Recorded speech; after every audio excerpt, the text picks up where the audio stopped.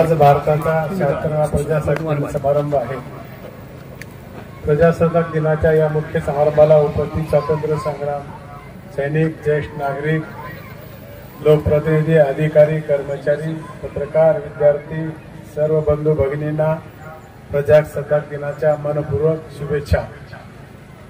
26 जानेवारी 1950 रोजी डॉक्टर बाबासाहेब आंबेडकर यांनी मसुदा समितीचे अध्यक्ष म्हणून तयार केलेल्या संविधानाचा स्वतंत्र भारत देशाने स्वीकार केला। आजच्या दिवशी खऱ्या अर्थाने आपला देश प्रजासत्ताक देश म्हणून नावारूपाला आला। पुरोगामी महाराष्ट्र हे देशातील एक समर्थ आणि संपन्न असे राज्य आहे। महाराष्ट्राने देशात स्वतःचे वेगळे अस्तित्व निर्माण केले आहे।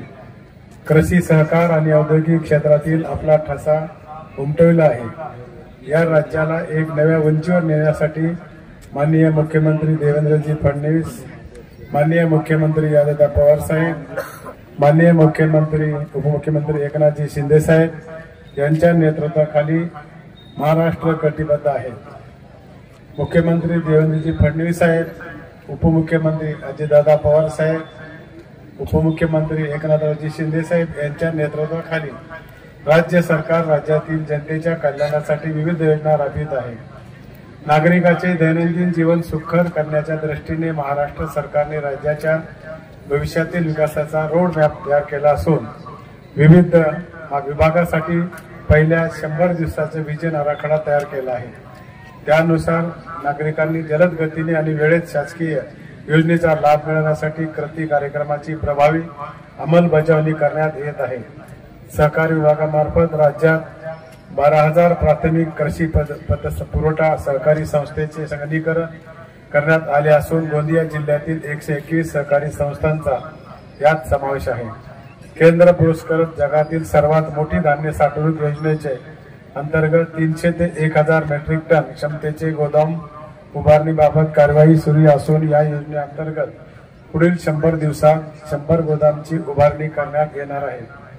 गोंदिया जिल्ह्यातील आदिवासी विविध कार्यकारी सेवा सहकारी संस्था Kaneri 15 metric ton, Dongargaon 500 metric ton, गोडाऊनात 500 मेट्रिक टन क्षमता असलेल्या या 3 संस्थांना मंजुरी देण्यात आलेली असून गोदामाचे काम प्रगतीपथावर आहे।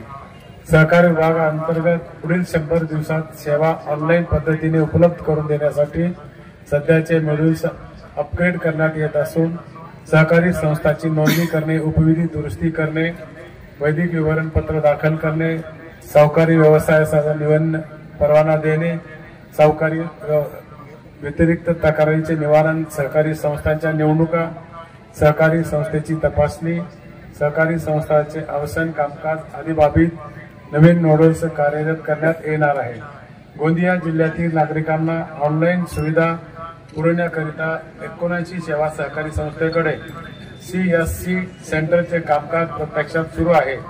राज्यात शेतकऱ्यांना 2 लाख रुपयापर्यंत कर्ज माफ करणारी महात्मा ज्योतिराव फुले शेतकरी कर्जमाफी योजना आपल्या जिल्ह्यात यशस्वीपणे राबवली आहे। या योजनेत अंतर्गत 23,000 शेतकऱ्यांना 73 कोटी 63 लाख रुपयाचा लाभ देण्यात आलेला आहे।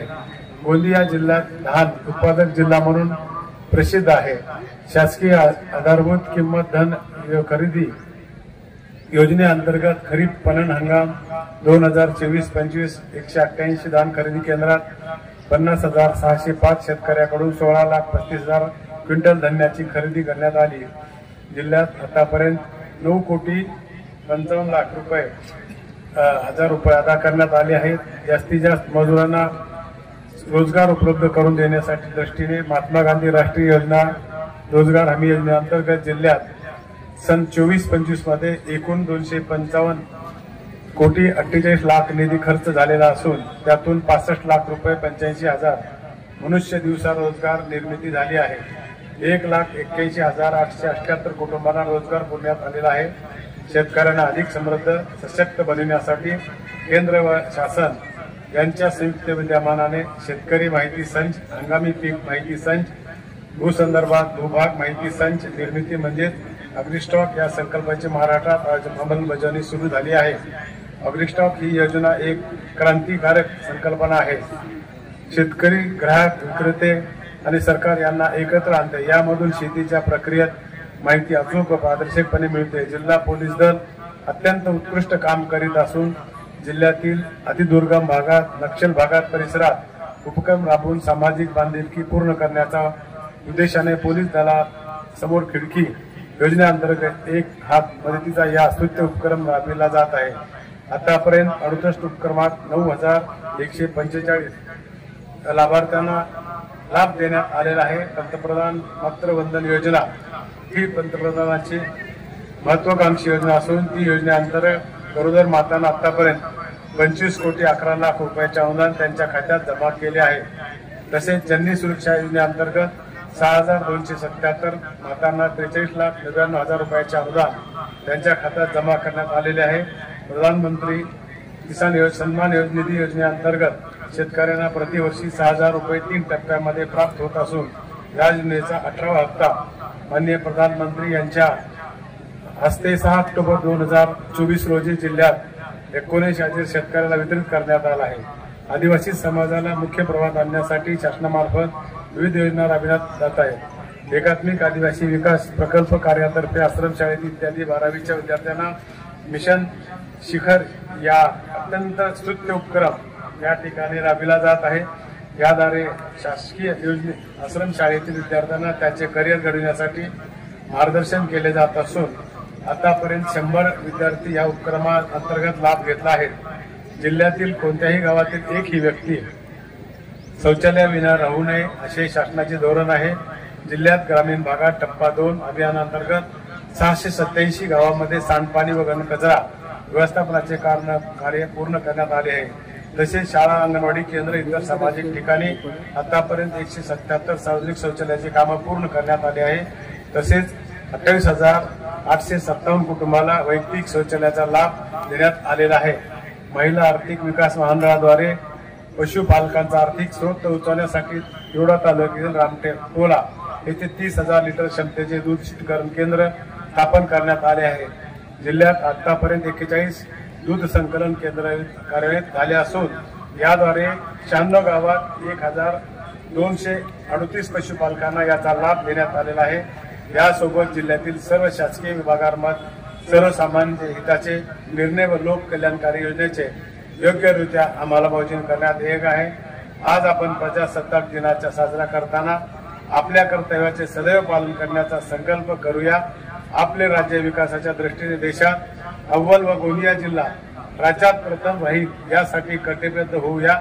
उपस्थित सर्वांना पुनश्च एकदा भारतीय प्रजासत्ताक दिनाच्या हार्दिक शुभेच्छा देतो। जय हिंद, जय महाराष्ट्र।